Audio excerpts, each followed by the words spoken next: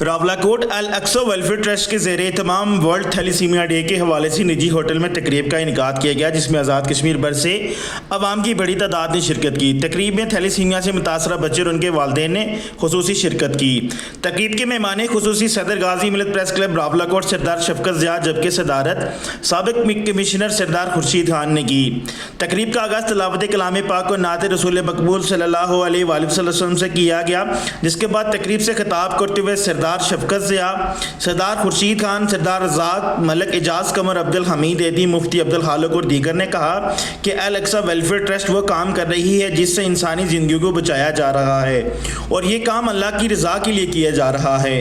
ہم اس پر Al-Aqsa welfare trust کے بانی عبدالحمید ایدی اور پوری ٹیم کو مبارکباد پیش کرتے ہیں۔ یہ کام کر کے انسانیت کو زندہ کرنے کی ایک بہت بڑی مثال ہے۔ اس تقریب میں مقررین نے کہا کہ اس بات پر بھی زور دیا جائے کہ تھیلیسیمیا ایک جان لیوا بیماری ہے جس کے بعد خون نہ لگنے کی وجہ سے انسان کی ڈیتھ ہو جاتی ہے، لہٰذا اس بیماری کی سب سے بڑی وجہ کزن میرڈ ہے۔ اس لیے ہر بندے کو چاہیے کہ وہ شادی سے پہلے تھیلیسیمیا کا ٹیسٹ ضرور کروائے تاکہ اس بیماری سے بچا جا سکے۔